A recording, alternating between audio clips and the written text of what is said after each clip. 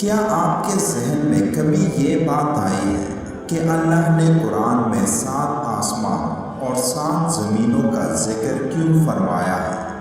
کیا آپ نے کبھی سوچا ہے کہ پل صراط پر 7 مراحل کیوں طے کرنے پڑیں گے؟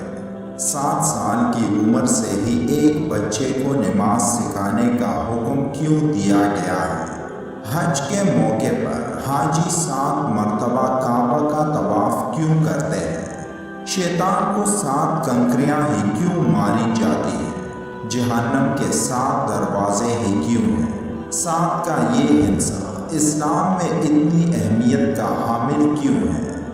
ناظرین کرام، قرآن کی آیات میں حیرت انگیز عددی ترتیب ایسے کمال طریقے سے موجود ہے جو یہ ثابت کرتی ہے کہ اس کائنات کو بنانے والا اور قرآن کو نازل کرنے والا ذات ایک اللہ ہی ہے۔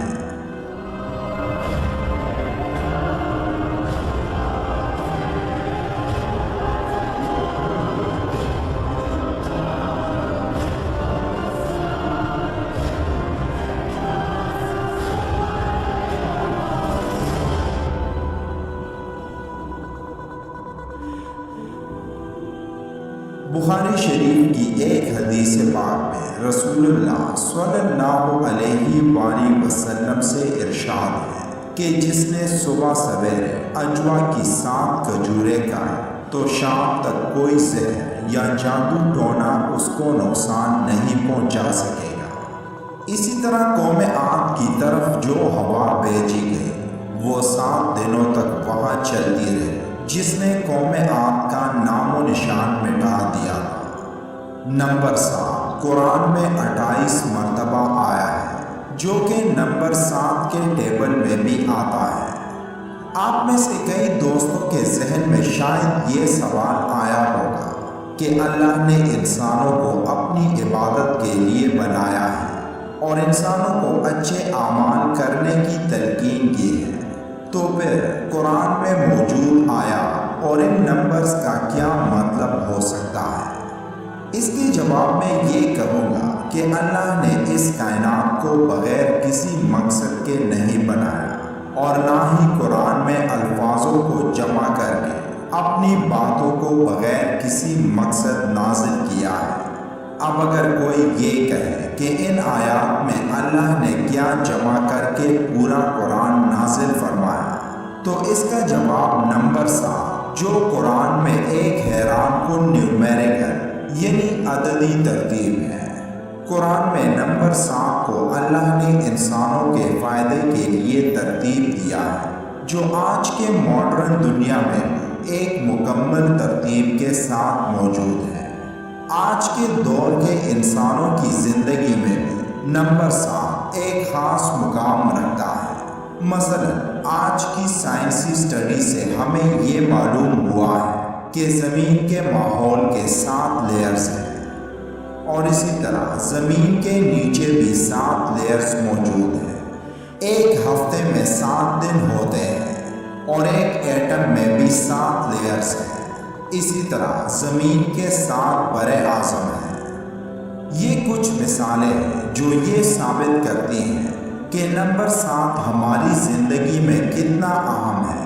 اسی طرح اگر آپ نے غور کیا کہ ایک مسلمان جب سجدے میں جاتا ہے تو وہ اپنے جسم کے 7 اعضاء کا استعمال کرتا ہے، یعنی اپنے دونوں پاؤں، اپنے دونوں گھٹنے، اپنے دونوں ہاتھ اور اپنے چہرے کا۔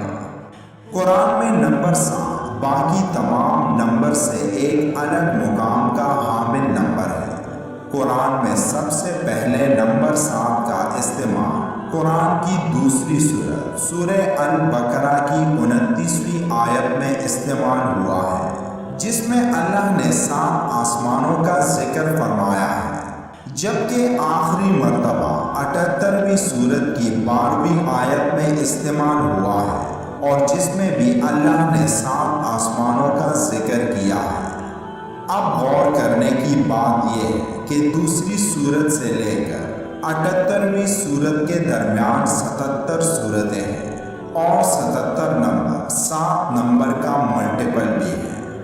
اب جو لوگ اس کو ایک اتفاق سمجھتے ہیں تو ان کی حیرانی میں مزید اضافہ ہونے والا ہے جب میں آپ کو بتاؤں گا کہ قرآن میں جس جگہ نمبر 7 پہلی مرتبہ استعمال ہوا ہے اور جس جگہ آخری مرتبہ استعمال ہوا ہے تو ان دونوں کے درمیان ٹوٹل 5649 آیات ہیں، جو حیران کن طور پر نمبر 7 کا ہی ملٹیپل ہے۔ یعنی 7 کو اگر آپ 807 سے ضرب دیں گے تو اس کا جواب 5649 ہی آئے گا۔ اگر یقین نہیں آتا تو کیلکولیٹ کر کے دیکھ لیں۔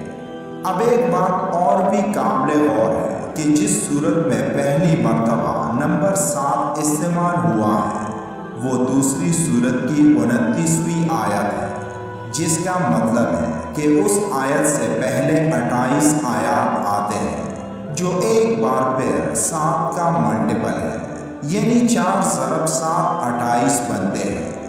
اب ذرا اس صورت پر بھی غور کریں جس میں نمبر 7 آخری مرتبہ استعمال ہوا ہے، تو آپ یہ جان کر مزید حیران ہوں گے کہ قرآن کی اس صورت یعنی سورہ النبا کی ٹوٹل 40 آیات ہیں، اور جس آیت میں نمبر 7 کا ذکر ہوا ہے وہ اس صورت کی 12ویں آیت ہے، یعنی 40 میں سے 12 نکال دیں تو 28 بنتے ہیں، جو ایک بار پھر نمبر 7 کا ملٹیپل ہے۔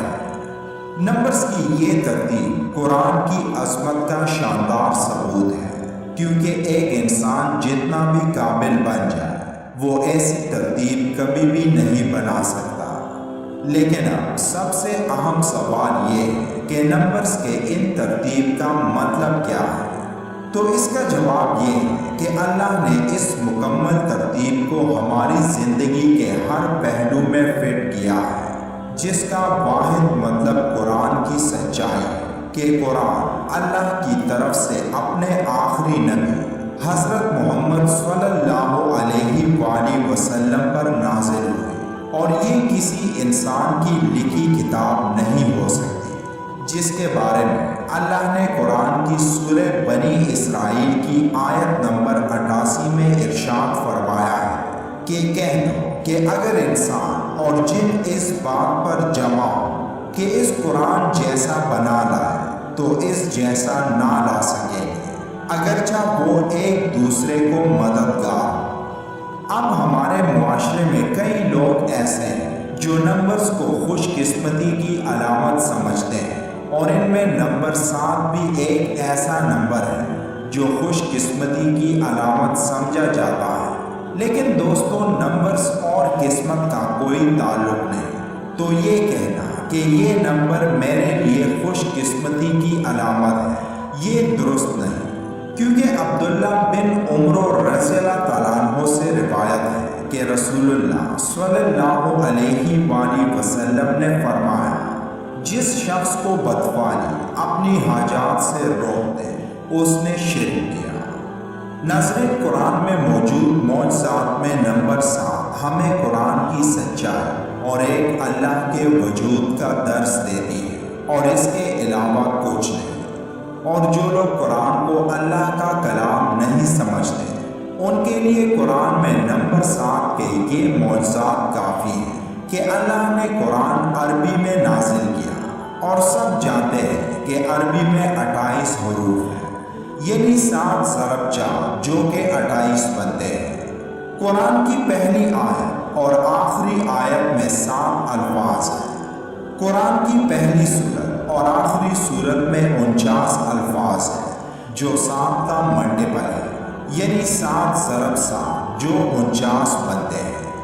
قرآن کی وہ سورتیں جن کی آیات 7 سے ملٹیپلائی ہوتی ہیں، ان کی تعداد 14 ہے، یعنی 7 ضرب 2 جو کہ 14 بنتے ہیں۔ ہمارے آخری نبی صلی اللہ علیہ وآلہ وسلم کی عمر مبارک 63 برس تھی، یعنی 7 ضرب 9 جو کہ 63 بنتے ہیں۔